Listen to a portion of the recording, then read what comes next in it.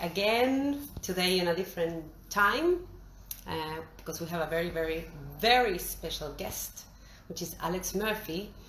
I know that most of you know her. She's the champion of Dancing on Ice England this year, and she has been champion as well before in the Netherlands.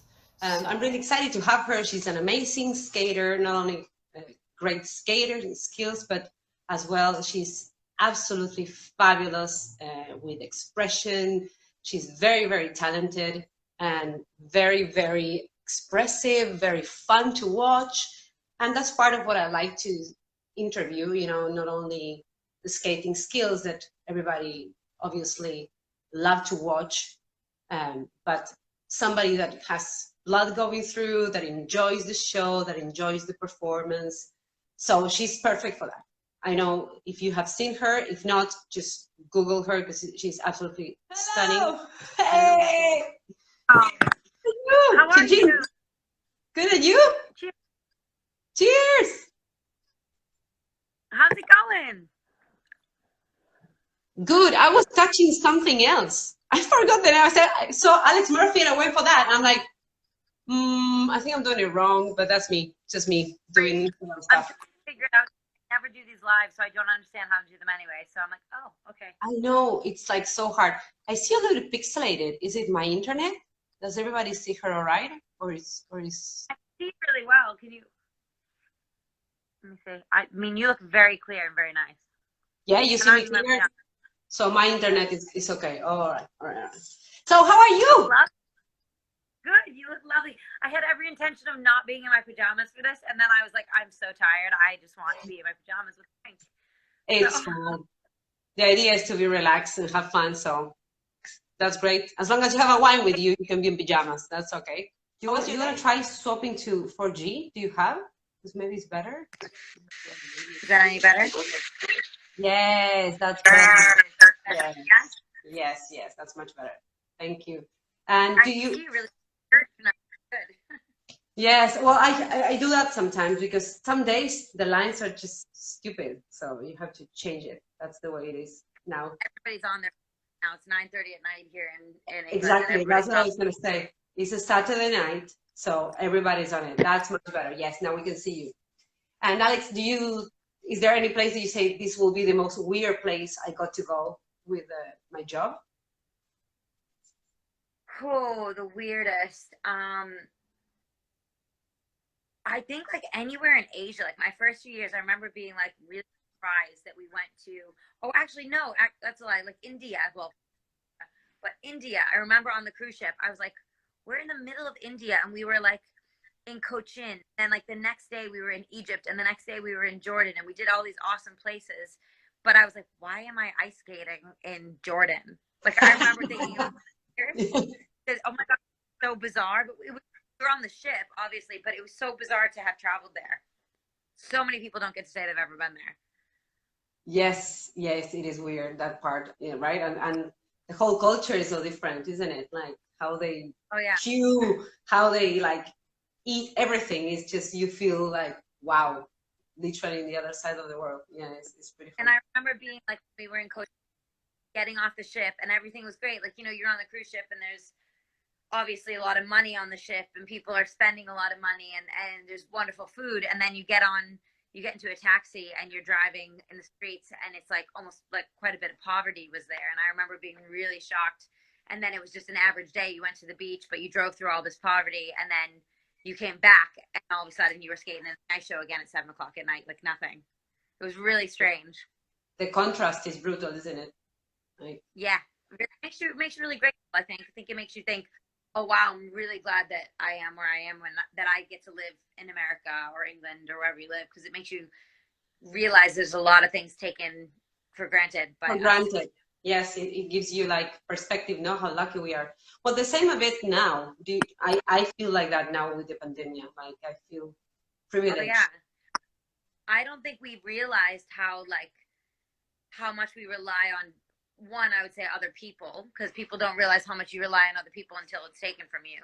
And two, like my sport, like when has an ice rink ever had to be closed for an extended amount of time? You know, it's something that you really gosh, well now if I don't have an ice rink, I genuinely can't do what I do. So that's been very, very strange. I think we're very lucky to have social media, have, you know, the ability to connect with people, but it's also kind of scary back to when the last pandemic was in, like, what was it, 1919 or something, and have the technology we have. Like, we have to sit at home and go online, whereas everybody else would have really struggled. Yes, absolutely, exactly. Yeah, we're very lucky to have the opportunity to be. I mean, we're all stressed, obviously. No, it's not a nice situation, but we have a house. Ready We to can. be done. I'm ready. Definitely need to get outside. Yeah, we're healthy. Yes, yes. So it's very lucky. How did you start skating? I never knew. How did you start? I could see you like a very active child for some reason. Yeah, and an only child with a ton of cousins and so my mom's a skating coach, so obviously she was like, well, we'll get her these cute skates and let her walk around the house. So I was literally walking around my house in my prison ice skates, and then I got on the ice at 10 months. I wasn't even 2, and they put me on the ice, and I knew how to walk because I had been walking around the house on the rug on them. So I was fine. I just got on and I was like, great, this is cool. Like, I wasn't scared. I didn't even notice the difference really because it was just walking. And then, yeah, I was fine. And then I guess when I was 6 years old, I asked for a private lesson, and that was kind of the end of it. I was like, oh, I really want a private lesson, but not with you, Mom, with a coach. Well, that's good. I didn't know your mom was a coach.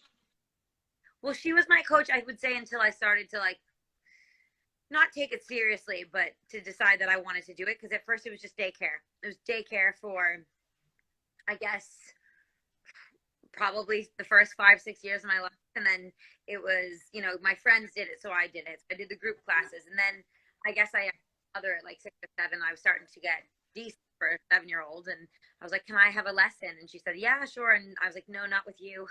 Like a private lesson with a coach. And she was like, oh, good idea. Like, was it hard, no, to have your mom? Like, do you fight her a lot? Like, you don't take it for serious? Yeah. To be fair, like, as a kid, she was always on the opposite side of me. Like, she was always like, whatever, if you don't want to do it, don't do it. Like, I don't care. And she never was like guilt trippy, but she'd be like, I don't care. If you want to just do it. If you don't want to do it, your father and I are happy for you to quit. And then that always made me want to do it more because I was like, well, no, I don't want to quit. And yeah, it was really hard, I think, for like those teenage years. But now, like, I send my mother every video of me skating. Every time I'm training throughout the week for Dancing on Ice, I send my mom skating videos throughout the week going, do you like this? And she'll go, you know, tell him to lean more forward on his crossover, like whatever. She'll say, like, coaching tips. And then I'll be like, well, you know, Mom says you need to bend forward. Like, well, that's really cool. Now it's a good support for you because you're skating with people that don't know how to skate. So yeah, and she, you know, she's the coach, so she's used to coaching children and adults, and she knows how to work with people. So sometimes, you know, people's personalities are different. I'll be like, I can't figure out what to say to him to make him do this, and she'll say, oh, try this. Sometimes adults think like this, or, you know, so she is really helpful, actually. I'm really lucky. yeah, because they have practice. They know they have the eye, and they have practice and how to communicate. That maybe, like, if you're not coaching much, you don't know how to say that. Yeah, you would know. Yes. Yeah. That's great. So, how is it in the show? You have to choreograph your own stuff, or you have a coach? Yeah, so we choreograph everything that we do, for the most part. Like, I think it kind of depends on the pro. So, some pros, like, I really like to choreograph my own stuff. I usually come in and I'm ready to go, and the whole routine's set. And it might be, for me, I draw it on a piece of paper, and then I have it in my head. And then I usually get with my partner that morning, and I'll say, this is what we're going to be doing. It's going to be this trick, and this trick. These are your patterns. This is what it is. And like, some other people learn differently, where they'll bring their partner in and they'll show the coach, what do you think of this move? Or, you know, like, it's all different. But I personally, the way that I choreograph my routines, and I have them set out, and then I have my routine set with, like, trick A, trick B, trick C. So, like, if this one doesn't work, then we go to this trick. And if this trick doesn't work, then it goes to this trick. So I always know how the program's going to go, like, in terms of the skating. And then I just, like, swap out what trick they're ready for that week. That makes sense. Okay. Yes. So you have, like, a main coach, and then you show the choreography, and do they have to approve it, or, like, whatever you do is fine, and they have to approve it? Kind of. Well, it's approval, and it's also, like, it's just an aid for us because, you know, at the end of the day, we can't see what we're doing. We need the help of everybody. So we have Dan Whiston and Karen Barber, and they're great. And Karen is like a voodoo witch doctor when it comes to teaching basics. She gets them sometimes beforehand, and she can teach them basic skills that, like, for some reason, whatever her system is, and I've said this to her for years now, whatever her system is really breaks down these basic elements of skating that they really need to know how to do. So she's so good for these like techniquey things. Like sometimes if you can't get them to do a 1-foot spin and you've been trying for the whole week, sometimes Karen comes in, draws something on the ice, and all of a sudden they get the 1-foot spin, and you're like, I've been doing this for months. Why can't you figure it out? Like, she does one thing and sometimes they get it. And then we have Dan Whiston, and Dan is a choreographer, and he is just like so detailed, so charismatic, and everything that he does, like, you'll show him a routine and he'll go, oh my God, that's amazing. Make sure you look to the right here. And you look to the right, and then you realize that was the camera shot that everybody had and that everybody remembers. And like, he's so good with remembering, like, getting who you are. So every time I set the routines, I usually set it with Dan that first day. Tell him what I want to do. Him and I will have a laugh. We'll skate it. And then my partner and I will go and I'll teach him it. And I'll say, this is what it's going to look like. This is what you look like. Try and get to the... That's cool. Well, they're trained for that, right? They used to work in TV, so they probably can see before it, like, all right, this... Some are brilliant. Like, guys I've had have been so quick. And then I've had others that really struggle to learn choreography. And I've had, you know, like some people, like my first partner, like my little monkey, he was like monkey see, monkey do. I would do something and he could copy. And this year Joe was just like that as well. I would do something and he was like a dog with a bone and he could just copy it. So I'm really lucky for some of them. But then I've watched, you know, had other partners that can't learn that fast, or I've watched other partners try to teach, and it's teaching techniques at the end of the day, but it's hard, really hard. Of course it is. So you were in Dancing on Ice as well in Netherlands, right? And you won that one too. Yeah, that's my first one. Yeah. So do you see any difference between them two? So I would say on the Dutch one, because we all were in one place, during the Dutch one, we all like lived together. We all stayed in a hotel or an apartment. We were all together, the whole cast. And the celebrities were also kind of at the same time, like they had blocked out a chunk of their time, and that was what they did for that chunk of time. So you were always in and out of the rink, and everybody was together all the time, which made it really sad when somebody went home because you had spent all this time together. And on the UK one, like these celebrities have other lives. They have, you know, wives and kids, or they have panto that they have to perform in, or they have commercials that they have to do, or they're in Hollywood, or there are all these other shows. So you have to go to them instead of them coming to you. So you're not always with the skaters. You hardly, like, most of the time, see the other skater until a Saturday. And then Saturday rolls around, we do the dress run. You might say hi, but you might not see them until nighttime because you worked in the morning. You did your run in the morning, your run at night. So I feel like on the US one, or sorry, the UK one, you become more dependent on your UK partner. I loved my Dutch partner. We got really, but I feel like I get even closer to my UK partners because I spend so much more time with them. It's just me and them, and I have to get used to it. That's what the other one is, more like a big brother, kind of. Yeah, that one's more like, you know, you train with them, but also you see the other partners and you see the other teams, and there's everybody's in this UK version of it. Like, you're only with your partner. It's a lot of one-on-one. You get to have the coaches, but you also don't have as many other outside factors. So you really rely on one another. So the minute you get into the rink and the minute you are there and they see the other celebrities, they get really anxious and they get really nervous. And I always know, like, that first day is a nightmare with them because you don't know how they're going to react. Yes. And you don't know if they're going to, like, pee their pants and get really excited, or if they're going to be absolutely horrible, or if they're going to freeze up. You just don't know. Yeah. So, and then you're the only person that they're comfortable with because they've not seen everybody else too much. They see them a little bit, but not too much, you know? Okay. Yeah. It's different. Well, that's interesting. No, at least you have a variety between them too. So you experimenting in both good in the same, in different ways. Like, I loved the Dutch show. Absolutely loved it. Had the time of my life, made some of my best friends there. And then I love this UK version of it too, because to me it's even bigger and there's like a longer show and there's more competitiveness to it and there's more glam to it. And there's just, I mean, there's no, I would say no show like the original. The original Dancing on Ice, which is the UK version, is always going to be, I think, the one that you want to do. So I would never ever, like, I can't replace being on the UK one. I love the UK one. Yes. So it's not the first time you live in the UK, right? You done hot It's ice? my third. Oh no, in the UK? Yeah. So I did, it's actually kind of how I got Dancing on Ice, to be honest. So I was skating in a show called Hot Ice in Blackpool, and I did it for 3 summers, like once in between cruise ships, and then just like in and out. And it was one of it's one of the best shows out there Yes. for pro skaters. And I loved my summers there because I just get to be with my friends. And when all we did was ice skate, there was no cruise ship boat drill, anything like that. Yeah. It's just ice skating. And then, yeah, and then I decided I wanted to apply for Dancing on Ice, and they actually came out and watched me during Hot Ice because I was there and got the job, and here I am. That's handy. So like you're getting used to the UK then. You're not new living there, and do you like it? I love it. It's very different between the north and south. So like Manchester is completely different than London.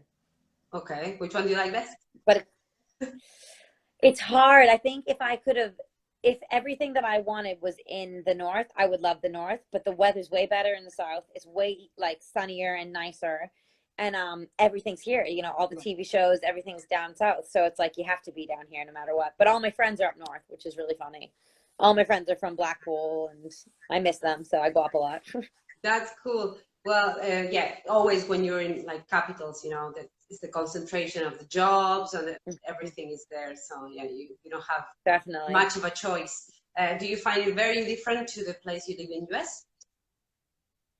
So London and Boston are pretty similar. Like London's probably a way bigger version of Boston, and I think Manchester's really close to what Boston is, like almost identical. Really? So for me, everyone was like, "Oh my God, how are you living in the UK? It's so strange." And I was like, "It's exactly the same as Boston. Nothing's really changed." So you for me, I was like, "It's just my job's here." That's cool. How do you do with? Yeah. Funny enough, with the language, because like it's English, but do you have lots of I things have that a happen to terrible you that accent people now. don't understand you, or you don't understand them?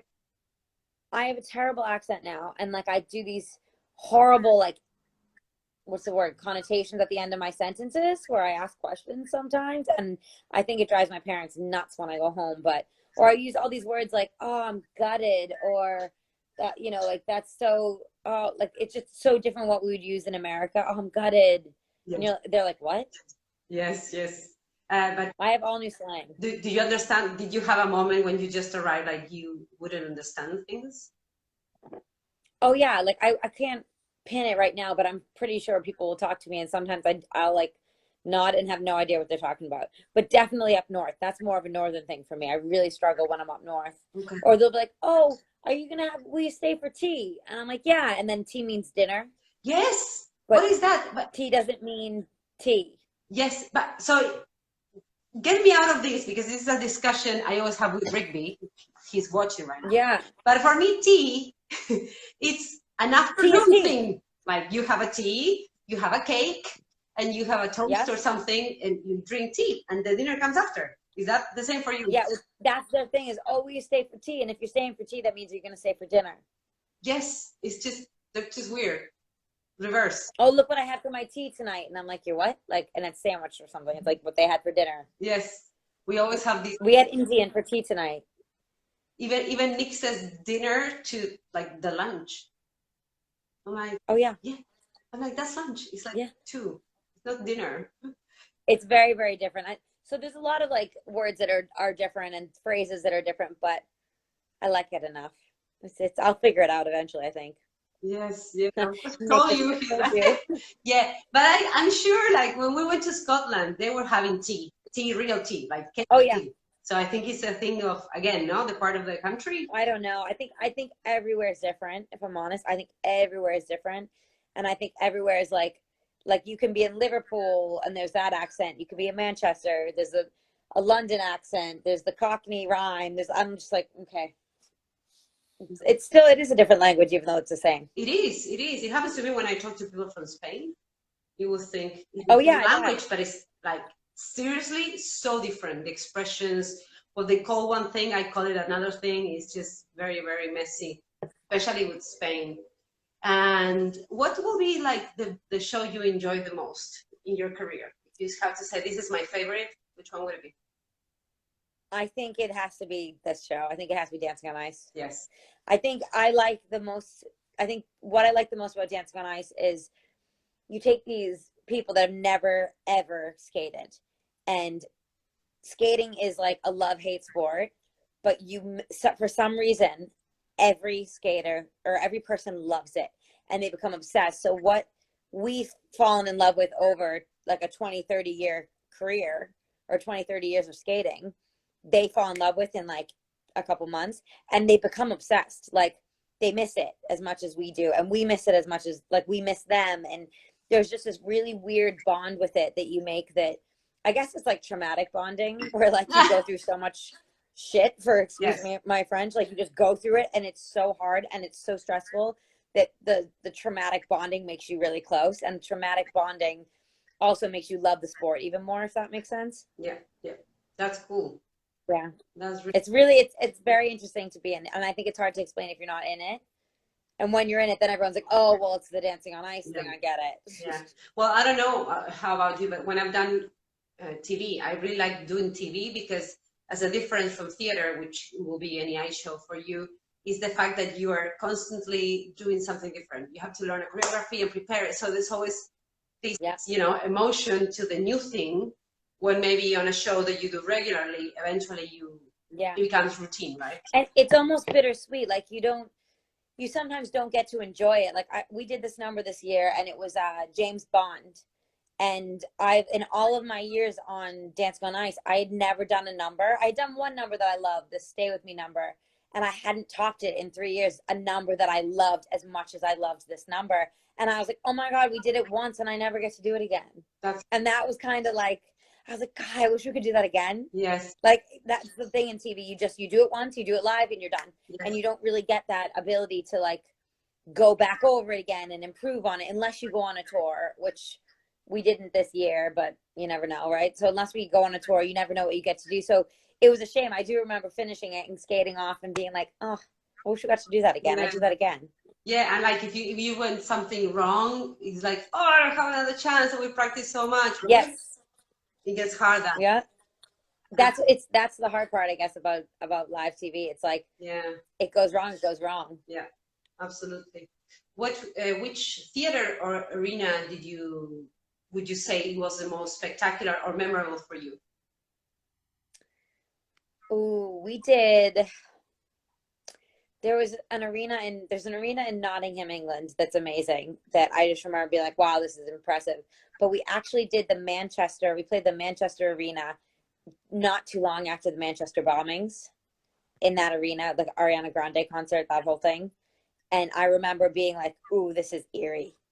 And it really freaked me out. And it was that same year. It was 2017 or 2018? I don't know when it was, but we played it not too long after that had happened. I remember thinking, wow, this is an impressive arena. You just felt stuff when you went into it. You're like, oh, okay. And it was really cool, but I loved that arena. I think the best. Did you take dance classes in your career? Yeah, as a kid, I think I was 14 or 15. Like I hit high school, definitely. And oddly enough, my skating choreographer, who happened to have been one of my mother's students, like since she was a little girl, was an off-Broadway dancer. And she had gone to the skating club and now was coaching. She was coaching choreography underneath my skating coaches. So it was this weird, like, bizarre turn of events that we had this connection. So I was a kid and she said, I'd love to help her with choreography. And then I ended up really loving choreography, obviously. And I was like, oh my God, this is where I want to be. And she asked me when I was in high school, why don't you come take my dance classes? So I ended up taking dance classes and meeting a whole separate group of people that they did like competition dance and all kinds of other stuff that I wasn't really into. But I took it on the premise of like liking skating, like making my skating better. And then I ended up thinking, I remember being like 16 and being like, God, I should have just been a dancer. Like I really liked dance even better. I was going to say, because like you're a natural then, because you're very, very graceful as a dancer. Oh, thank you. I love dance.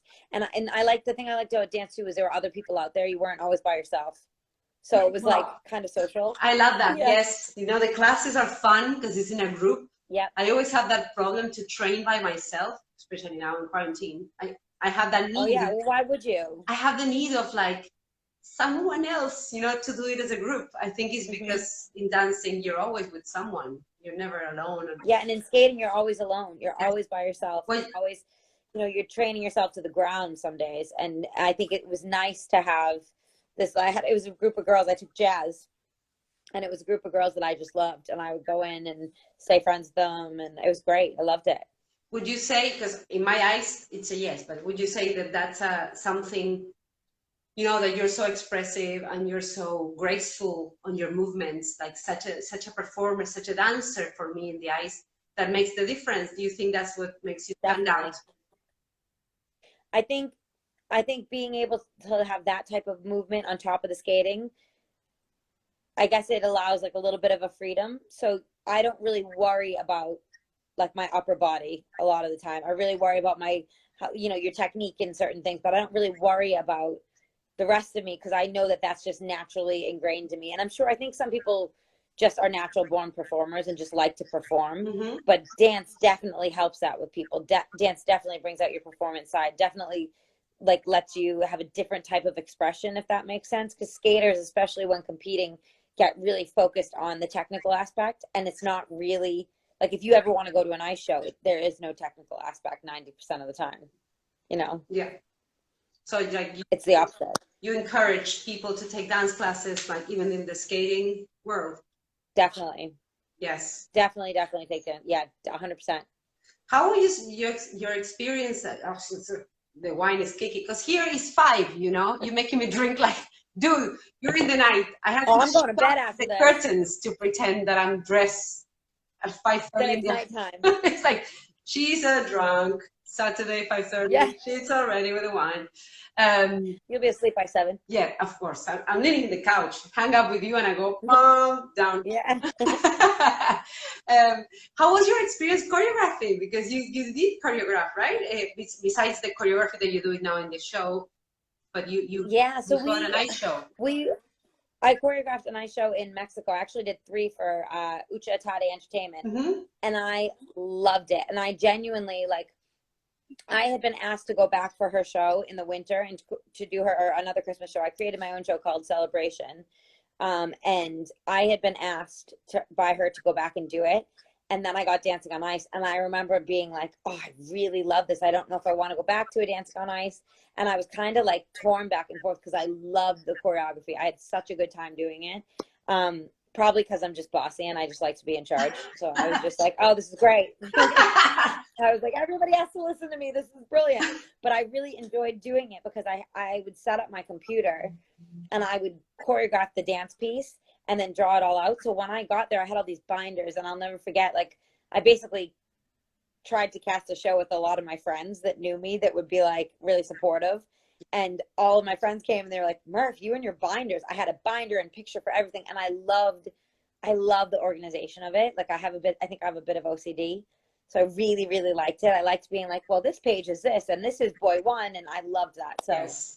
It's hard, and I don't think it's for everybody, but I really love it. Yeah. Well, it's very helpful to have it mapped like that. I always do it. And I think the shifts help me a lot with that because yes, you know, they have the book and you have the crosses. So you learn that. And that is like a magic recipe, isn't it? You have that. Yeah. And you will not forget the step or the formation or whatever it is. Yeah. And when I was on Disney, I was like, I turned 18 when I went to Disney, and I did training line captain. And part of being a training line captain, you have to kind of like look at a book and learn how to do it. But I think by the time I had gotten to choreograph my own shows, I had my own method of it, and it was just so easy. Like it was just so easy. And I remember like saying to do you know Vaughn? Yes. Like I was like, yeah, if you want, you can have the books. But then I thought about it and I was like, I wonder if anyone will be able to read my books except for me. Because it's your notes, it's your scraping in the page. I don't really know. Yeah. Is anybody gonna get that? Yeah. No, probably they will not. Definitely they will not. Oh my God, my notes for Dancing on Ice are a mess. I remember I'll show my skating partners and they're like, what is that? And it's just like, what's that arrow? I know exactly what it is. Yes. Totally. So that's cool. That was a clever choice of you to choose your friends to come to the show, because that gives, Oh yeah, you know, people that support me, and also people that I knew their skills well enough so to be able to say, I know what they're good at, so this is the type of solo that I want them to do. And I know, I knew how to pick what they would do, because Nayeli, who's an amazing producer, she had actually like given me this like list of songs and things, and was like, it kind of free reign, like do what you will with it, and this is what we think, this is what the costumes are going to be. And I remember being like, oh my god. And then as I heard it, I was like, well, that's so perfect for so and so, why don't you come do Mexico? This is so perfect. This, I remember Laura Shelton doing conga. Her solo was conga. And I was like, good, perfect. Let's go practice outside and dance around outside, because this is what you're going to be doing in a few months. yeah, that's great. It makes the process so much easier when you know the person, when they know you. Oh, yeah. Like it's smooth, and it becomes a fun experience. Definitely. Yeah. From all the traveling that you've done, like, are you a beach girl more, or you like more like hiking? Are you like, which one is your? I think anything outdoors. I just like nature. So I think if we're somewhere that you can go hiking, I'll go hiking. If there's a beach, I'll go to the beach, as long as I'm not indoors. I hate being indoors. Hence why I'm so red today, because I was outdoors all day today, and it was windy and sunny. So I don't know if this is a sunburn or windburn or what this is. Yeah, both together. Was it Both, cold yeah. today? Is it cold there? It was a bit cold today. It was actually like by the water. I went down to Hyde Park. I think was Hyde Park, one of these parks, and like it was pretty windy. Oh, okay. For the most part. But that's cool. I saw that so you nice. did high diving. You're talking about outside and wind.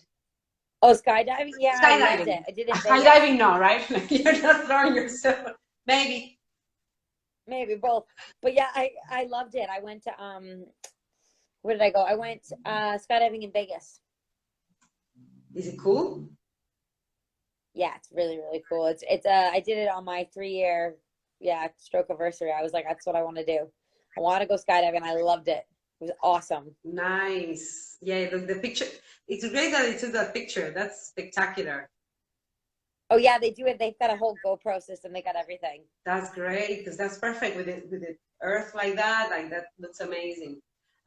So if do you have like any mantras that you use for encouraging yourself when you're frustrated, or any phrases that inspire you when you need, a push?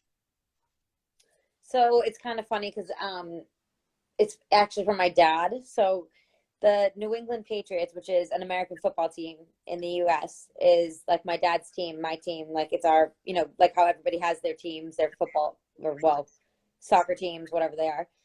We have an American football team, and they're the New England Patriots. And their slogan for a while has been, do your job. It's just do your job. It's just like no fuss, just go and just do your job.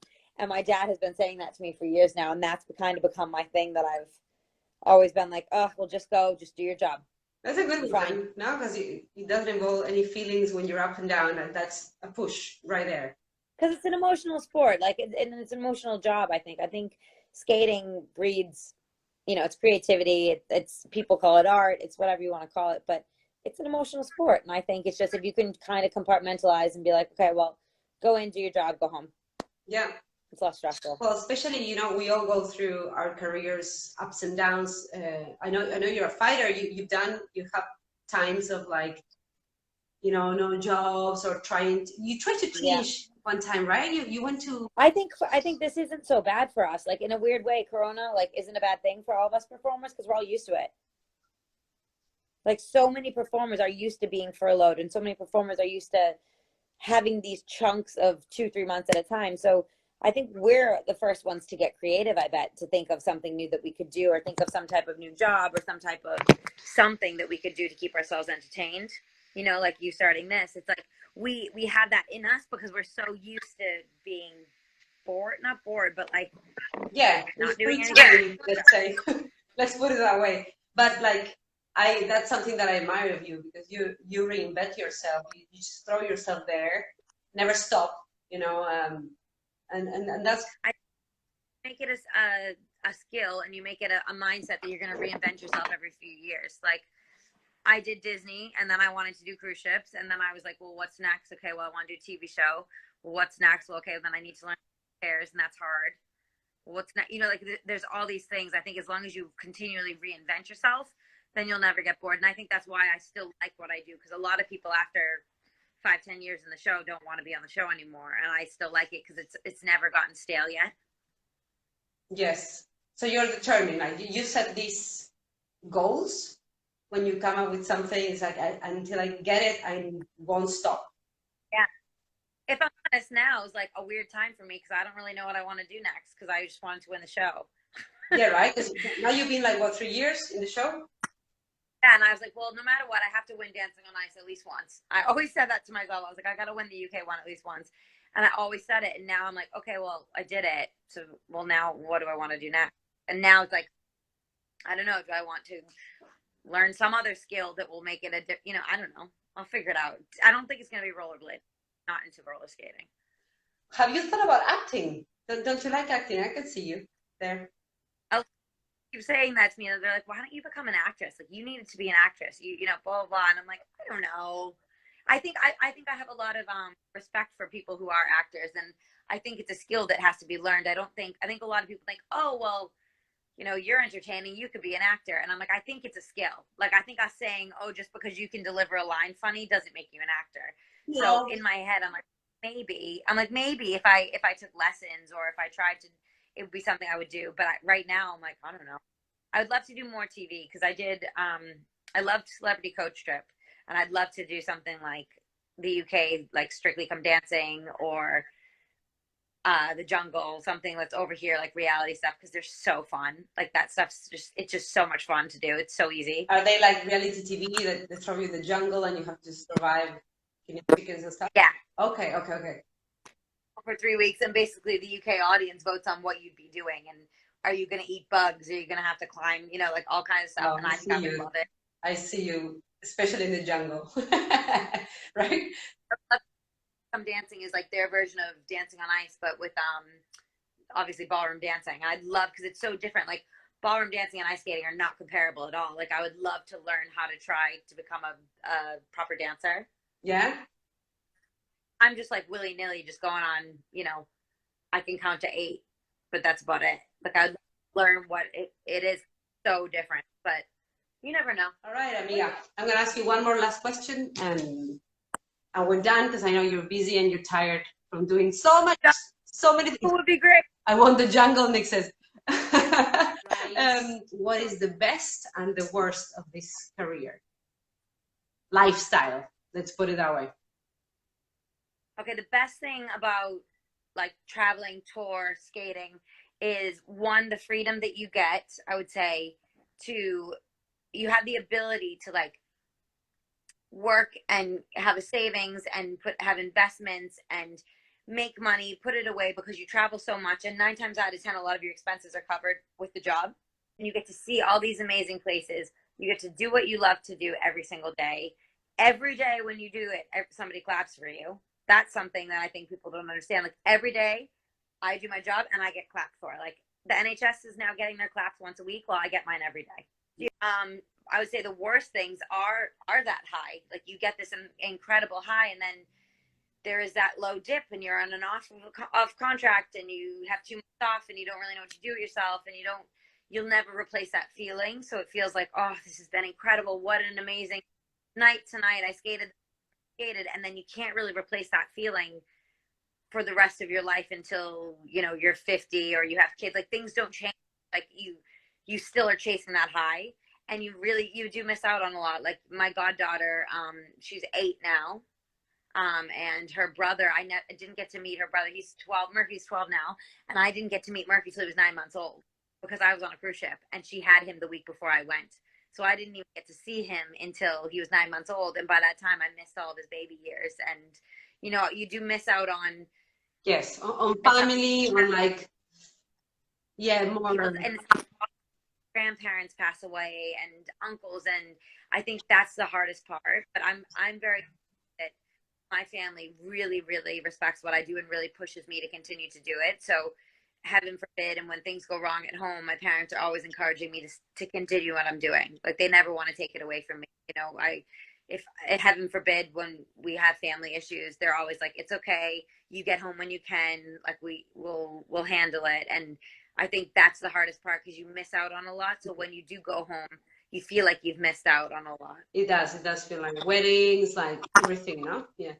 Every big event. Yeah. Yes, it's hard. And one last question. What do you think this pandemic can leave for good for the world, for everybody? Well, I think it's going to make a lot of people, in an odd way, live like performers, where they have to get used to not having something to do for a certain amount of time, and it kind of breeds creativity. So like there's these TikToks and there's all this like social media stuff, and it's making everybody a creator. So everybody's creating things to make people laugh, or creating things that are heartfelt and emotional. And in a way, it's the nicest thing ever. If you look at it, like humanity has come together on this interweb that we have, and all connected, and in a weird way, all everyone's trying to do is make other people smile. Yeah. So it's made, you know, like lawyers who are furloughed sit at home with their daughter and make TikToks. And it's like, or a doctor making a TikTok, or you know, someone who's a scientist doing an Instagram. So weird, never get to do, but what they're doing is making other people happy, in a sense. And I think out of it, I think ultimately being really grateful for what we have, and really, I won't take anything for granted, because I cannot wait to get a takeout coffee, like real coffee. like I will not take the coffee shops for granted. I will not take anything. Like the smallest thing now is like, oh my God, well, there at least you can go out, but here, like literally we can't. So go for a walk, which I normally do love to do anyways, but now it's like you appreciate every single thing, right? Everything. Like a coffee in a coffee shop, a dinner in a restaurant, like the smallest. Yeah. The smallest. Like going all the way to Blackpool and you can't hug your best friends. Like that sucks. Yeah, so I live with my roommate, and I always like hug and touch my roommate all the time, my friend Arthur. And I walk in and out of the house now because I'll have gone down the street to the grocery store and I can't hug him.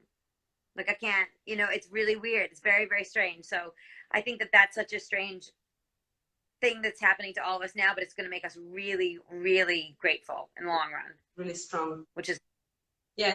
There's no, how does you say this in English? Like there's no, in Spanish we have a phrase that says, there's no bad that doesn't come for good. Something like that. Oh, yeah. Yeah, there's like, with the bad will come the good. Exactly. Yeah, exactly. Yes. Definitely. Well, Amiga, thank you so much for taking the time. And you're welcome. Yes. I had a great time. Just finished. Oh, you emptied it? I didn't look. Yeah, well done then. It's a Saturday night. And you deserve it from working so much. So thank you very much. And we'll catch up another day. We have another private talk. We'll have another one. Jeff. Yes. Chin chin. Yeah. Good. Mwah. Chin chin. Ciao, ciao. Thank you. Thank you, everyone. Thank you, Alex, so much for taking the time. She's super busy. She keeps working, and luckily, you know, she has the chance to do lots of work from home, which is the new style. But she took a little bit of time to share her experiences, which are many, and her wonderful performance, experience, and knowledge to all of us. So thank you, everyone, for joining one more time. See you next one.